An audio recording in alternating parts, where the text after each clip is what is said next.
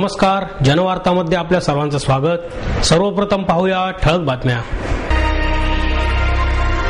मी आजवर अनेक ठिकाणी नाचले, मात्र आता वयोमानाने ते शक्य नसले तरी माझ्यासाठी महत्त्वाचे म्हणजे आज भी मैं आपके दिल में नाच रही हूँ। नृत्य सम्राज्ञी सितारा देवी यांचे भावपूर्ण उद्गार। माहिती अधिकाराचा अजूनही पुरेसा प्रचार झालेला नाही। अधिकाऱ्यांप्रमाणेच नागरिकांमध्येही या कायद्याविषयी प्रबोधन होणे गरजेचे आहे। राज्याचे मुख्य माहिती आयुक्त विलास पाटील यांचं मत। आगामी नगरपालिका निवडणुका डोळ्यासमोर ठेवून स्थायी समितीच्या अंदाजपत्रकाला सर्वसाधारण सभेत मंजुरी। डॉक्टर दिवाकर डेंगळे कलादालन ही त्यांच्या मृत्यूनंतरही जिवंतपणाची साक्ष देणारी वास्तू आहे, ज्येष्ठ चित्रकार दादा खटावकर यांचं प्रतिपादन। भारतीय क्रिकेट संघाने वर्ल्ड कप जिंकल्यास प्रत्येक खेळाडूस कार भेट देण्यात येईल। समृद्ध जीवन फाउंडेशन आणि आम्ही पुणेकर समृद्ध जीवन गौरव समितीच्या वतीने घोषणा। संसार आणि नोकरी करताना दोघांनी कामांची समान वाटणी केली तर संसारातील मजा अनुभवता येते। पुणे विद्यापीठाच्या वृत्तपत्र विद्या विभाग प्रमुख उज्ज्वला बर्वे यांचं मत। आणि कर्करोगाला न घाबरता धाडसाने सामोरे जाणे आवश्यक आहे, ज्येष्ठ अभिनेत्री स्मिता तळवलकर यांचं वक्तव्य। मी आजवर अनेक ठिकाणी नाचले, मात्र आता वयोमानाने ते शक्य नसून माझ्यासाठी महत्त्वाचे म्हणजे आज भी मैं आपके दिल में नाच रही हूँ, असे भावपूर्ण उद्गार नृत्य सम्राज्ञी सितारा देवी यांनी काढले। शनिवारवाडा नृत्य महोत्सवाच्या सांगता समारंभात सितारा देवी यांना जीवनगौरव पुरस्काराने गौरवण्यात आले। सूर्यदेव एड्स फाउंडेशनचे पुनीत बालन यांच्या हस्ते हा पुरस्कार प्रदान करण्यात आला। मानपत्र, स्मृतिचिन्ह, 51,000 रुपयांचा धनादेश असे पुरस्काराचे स्वरूप होते। यावेळी महोत्सवाच्या आयोजक संघाच्या अध्यक्षा सबीना संघवी, ज्येष्ठ नृत्यांगना मनीषा साठे, नीलम शेवलेकर, पारुल मेहता, गायत्री पटवर्धन, वर्षा चोरडिया, जयश्री शहाडे, रेखा कृष्णन, सितारादेवींची कन्या जयंती माला, नाथ ऋषिका मिश्रा, विशाल कृष्ण आदी मान्यवर उपस्थित होते। यावेळी सितारादेवी म्हणाल्या, आजवर मला मिळालेले पुरस्कार माझ्या कार्याला मिळाले आहेत, त्यात माझे काही नाही। हा सर्व माझ्या गुरु आणि ईश्वराचा आशीर्वाद आहे। काहीतरी मिळवण्यासाठी काहीतरी गमवावे लागते। जे हरकून राहतात त्यांना लोक पागल म्हणतात, मात्र असे पागलपण आल्याशिवाय उत्तम रसिकही मिळत नाहीत। यावेळी मनीषा साठे आणि रोहिणी भाटेंचं कौतुक करून त्या म्हणाल्या, रोहिणी भाटेंमुळेच पुण्यात कथकचा एवढा प्रचार आणि प्रसार झाला आहे। कार्यक्रमाच्या सुरुवातीला रोचिक कथक अकादमीच्या ज्येष्ठ नृत्यांगना रोशन दाते आणि शिष्यांनी कथक विविध कार्यक्रम सादर केला। याचा प्रारंभ पारंपरिक गणेश वंदनेने करण्यात आला। तसेच महाराष्ट्रातील अनेक शिवमंदिरांचा आढावा घेऊन तांडवाचा नृत्याविष्कार सादर करण्यात आला। कार्यक्रमाच्या उत्तरार्धात जयंती माला यांनी कृष्णवंदना या नृत्याविष्काराद्वारे रसिकांना बनारस घराण्याची नृत्य परंपरेची झलक दाखवली। कवितापरण, गतनिकास, तत्कार या वैशिष्ट्यपूर्ण रचना सादर केल्या। ऋषिका आणि विशाल कृष्ण यांनी पणघट लीला, ठुमरी हे भावनृत्य आणि कथक परंपरा प्रस्तुत केली। माहिती अधिकाराचा अजूनही पुरेसा प्रचार झालेला नाही। अधिकाऱ्यांप्रमाणेच नागरिकांमध्येही या कायद्याविषयी प्रबोधन होणे गरजेचे आहे, असे मत राज्याचे मुख्य माहिती आयुक्त विलास पाटील यांनी व्यक्त केले। माहिती अधिकाराचे अमोघ शस्त्र आपल्या हाती आले आहे, त्याचा योग्य पद्धतीने वापर व्हावा अशी अपेक्षाही पाटील यांनी व्यक्त केली। सजग नागरिक मंचाच्या सजग नागरिक माहिती अधिकार पुरस्कारांचे वितरण रविवारी माहिती आयुक्त पाटील यांच्या हस्ते झाले। यशवंत ओक आणि दत्तात्रय सायकर यांचा पुरस्कार देऊन गौरव करण्यात आला। यशदातील माहिती विभागाचे संचालक प्रल्हाद कचरे, मंचाचे संस्थापक अध्यक्ष विवेक वेलणकर, निमंत्रक जुगल राठी उपस्थित होते। पाटील म्हणाले, माहिती अधिकाराबाबत सकारात्मक कचरे आणि वेलणकर सुरू केलेले कार्य उपयुक्त आहे। देशात लोकशाही प्रणाली असल्याने कायद्याच्या अंमलबजावणीसाठी नागरिकांचा सहभाग वाढणे अपेक्षित आहे। नागरिकांची कामे होत नसतील तर उद्रेक होतो। माहिती अधिकार कायदा अस्तित्वात आल्यापासून सकारात्मक बदल व्हायला लागले आहेत। कायद्यामुळे मांजराच्या गळ्यात घंटा बांधण्यात आली आहे। पाटील पुढे म्हणाले, कायद्याबाबत नागरिकांच्या अपेक्षा खूप आहेत। माहिती मिळण्यासाठी योग्य पद्धतीत आणि योग्य शब्दात संबंधित अधिकाऱ्याकडे देणे अपेक्षित आहे। माहिती काय मागावी याचे पुरेसे ज्ञान अद्याप लोकांना झालेले नाही। ठराविक उद्देश डोळ्यांसमोर ठेवून माहिती मागणाऱ्यांचे प्रमाणही खूप आहे, त्यामुळे प्रामाणिक लोक भरडले जातात। माहिती अधिकाऱ्यांनीही योग्य निर्णय दिल्यास अपिलांचे प्रमाण कमी होईल। नागरिकांचे अर्ज स्वीकारले जात नाहीत ही वस्तुस्थिती आहे, असेही ते म्हणाले। माहिती अधिकाराचा कायदा अधिकाधिक लोकांपर्यंत पोहोचवण्यासाठी प्रयत्न व्हावा अशी अपेक्षा वेलणकर यांनी प्रास्ताविकात व्यक्त केली. माहिती न देणाऱ्या अधिकाऱ्यांवर शिस्तभंगाची कारवाई करावी अशी सूचना त्यांनी केली. परीक्षकांच्या वतीने कचरे यांनी आणि पुरस्कारार्थी ओक आणि सायकर यांनी मनोगत व्यक्त केले. विशाखा वेलणकर यांनी सूत्रसंचालन केले. आगामी महानगरपालिका निवडणुका डोळ्यासमोर ठेवून स्थायी समितीच्या अंदाजपत्रकाला सर्वसाधारण सभेत मंजुरी देण्यात आली. सभेच्या अध्यक्षस्थानी महापौर मोहनसिंग राजपाल होते. सुमारे 25 दिवसांपूर्वी खास सभेत स्थायी समितीचे तत्कालीन अध्यक्ष अरविंद शिंदे यांनी 2011 आणि 12 हे अंदाजपत्रक सादर केले होते. या अंदाजपत्रकात आयटी क्षेत्र ते लहान मुले असे सर्वांना खुश करणाऱ्या योजनांचा समावेश करण्यात आला होता. आयुक्तांनी सादर केलेल्या बजेटपेक्षा 262 कोटी 43 लाखांनी अधिक असे हे अंदाजपत्रक आहे. या अंदाजपत्रकाची तातडीने अंमलबजावणी करण्यात यावी अशी मागणी सर्व नगरसेवकांनी आगामी निवडणुका लक्षात घेऊन अंदाजपत्रकावरील चर्चेदरम्यान केली होती. अंदाजपत्रकात कुठलीही करवाढ आणि कर्ज घेण्याचे प्रस्तावित करण्यात आले नव्हते. वैद्यकीय महाविद्यालये, विद्यार्थ्यांना सायकल वाटप, नागरिक समस्यांसाठी त्वरित सेवा व्हॅन, विकास कामांची गुणवत्ता तपासण्यासाठी सर्व्हेअर, 5 अत्याधुनिक रुग्णवाहिका यासह अनेक योजनांचा समावेश असलेल्या या वैशिष्ट्यपूर्ण अंदाजपत्रकावर गेल्या आठवड्यात आणि सलग 2 दिवस पुणे महानगरपालिकेच्या सभागृहात गरमागरम चर्चा सुरू होती. सोमवारी झालेल्या सर्वसाधारण सभेत या अंदाजपत्रकावर चर्चा झाली. यावेळी नगरसेवक सिद्धार्थ धेंडे यांनी मागासवर्गीयांच्या विकासाकरिता तरतूद करण्यात आली असताना ती दुसरीकडे खर्च करणे दिशाभूल करण्यासारखे आहे असे मत मांडले. यावेळी किरण बारटक्के, सुनील बनकर, अविनाश बागवे, कमल व्यवहारे, पृथ्वीराज चव्हाण यांची अंदाजपत्रकावर भाषणे झाली. पाणी गळती शोधण्यासाठी खास प्रयत्न केले जावेत अशी मागणी व्यवहारे यांनी यावेळी केली.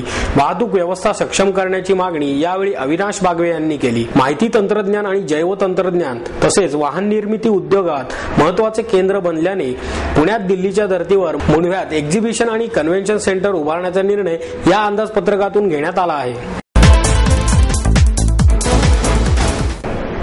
डॉक्टर दिवाकर डेंगळे कलादालन ही त्यांच्या मृत्यूनंतरही जिवंतपणाची साक्ष देणारी वास्तू आहे असे प्रतिपादन ज्येष्ठ चित्रकार दादा खटावकर यांनी केले.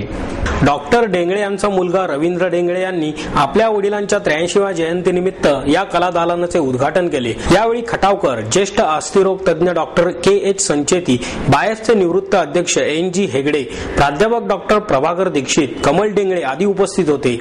एकट्या चित्रकाराच्या चित्रांचे प्रदर्शन राबवण्याच्या परंपरेचा पायंडा डॉक्टर डेंगळे यांनी घालून दिला. त्यांच्या चित्रांप्रमाणेच त्यांच्या जीवनशैलीनेही लोकांसमोर आदर्श घालून दिले आहेत. त्यांनी वयाच्या 75व्या वर्षी PhD करून डॉक्टरेट मिळवली असे सांगून ज्येष्ठ चित्रकार दादा खटावकर पुढे म्हणाले, कलाकाराचा जन्म हा कलेसाठी समर्पित असतो. त्यामुळे जन्मभर तो कला जगावी म्हणून सतत झटत असतो. या कलेचे आणि त्या कलाकाराच्या इच्छेचे जतन करण्यासाठी त्यांच्या नावाने कलादालन करण्यात आले आहे. त्यामुळे डॉक्टर दिवाकर डेंगळे कलादालन ही त्यांच्या मृत्यूनंतरही जिवंतपणाची साक्ष देणारी वस्तू आहे असेही त्यांनी सांगितले. यावेळी डॉक्टर संचेती म्हणाले, रोटरी क्लबच्या निमित्ताने आमची मैत्री झाली. मात्र त्या सर्व उच्चभ्रू लोकांमध्येही त्यांचा साधेपणा उठून दिसणारा होता. ही बाब मला त्यांच्या अधिक जवळ घेऊन गेली. प्राध्यापक दीक्षित म्हणाले, डिझाईनमध्ये आवश्यक असणारी समांगत्व, सुडौलता, परिपूर्णता आणि सुबकता त्यांच्या जीवनशैलीचा भाग बनले होते. त्यांनी काढलेले निसर्गचित्र गूढ संवेदना व्यक्त करून जातात. ते व्यवहारात जशास तसे होते. बोलायला रोकटोक मात्र मनाने फार हळवे होते असेही त्यांनी सांगितले. पौड रोडवरील हे कलादालन विविध क्षेत्रातील कलाकारांच्या कलाविष्कारासाठी खुले असणार असल्याचे डेंगळे यांनी सांगितले. विनया देसाई यांनी सूत्रसंचालन केले तर निरंजन भिसे यांनी आभार मानले. भारतीय क्रिकेट संघाने वर्ल्ड कप जिंकल्यास प्रत्येक खेळाडूस एक कार भेट देण्यात येईल अशी घोषणा समृद्ध जीवन फाउंडेशन आणि आम्ही पुणेकर समृद्ध जीवन गौरव समितीच्या वतीने करण्यात आली. आम्ही पुणेकर या नावाने संघासाठी शुभेच्छा संदेश आणि स्वाक्षरी मोहिमेला सुरुवात करण्यात येणार आहे. पुण्यातील सर्व कॉलेज, चित्रपटगृहे, सार्वजनिक ठिकाणी हे स्वाक्षरी आणि संदेश फलक लावण्यात येतील. 16 मार्च पासून या मोहिमेला सुरुवात होईल.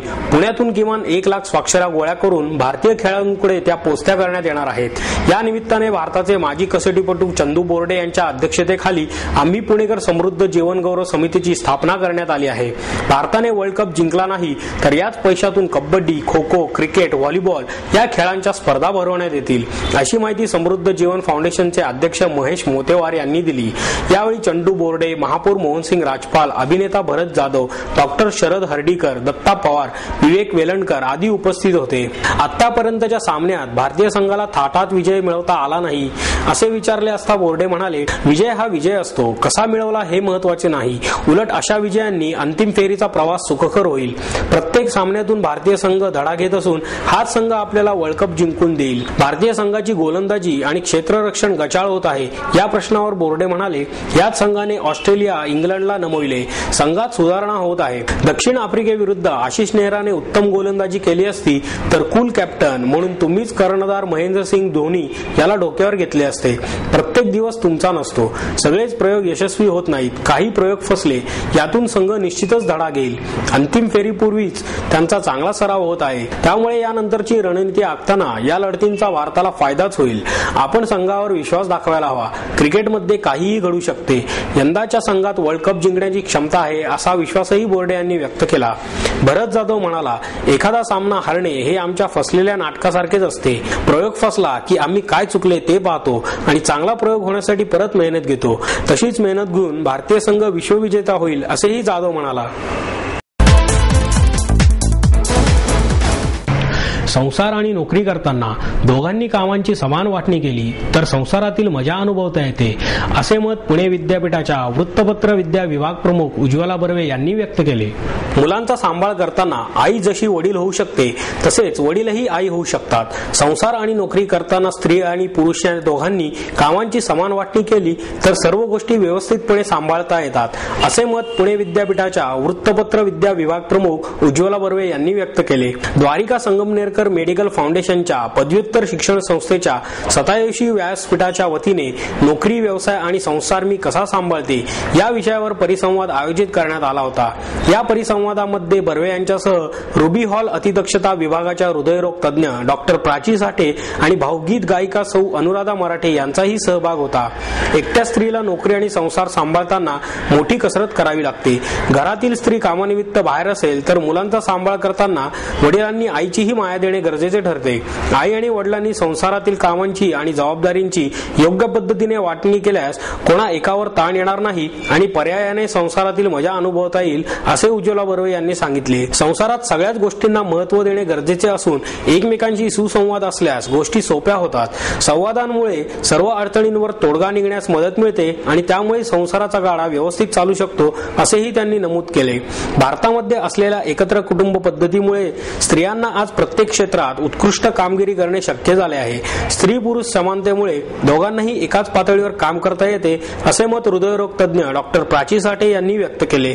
आपले वागणे आणि आचार शुद्ध असतील तर आधुनिक युगात अडचणींवर मात करून यशस्वी होण्यास मदत मिळेल असे भावगीत गायिका अनुराधा मराठे यांनी सांगितले. द्वारिका संगमनेरकर फाउंडेशनचे अध्यक्ष डॉक्टर अरविंद संगमनेरकर यांनी कार्यक्रमाचे प्रास्ताविक केले.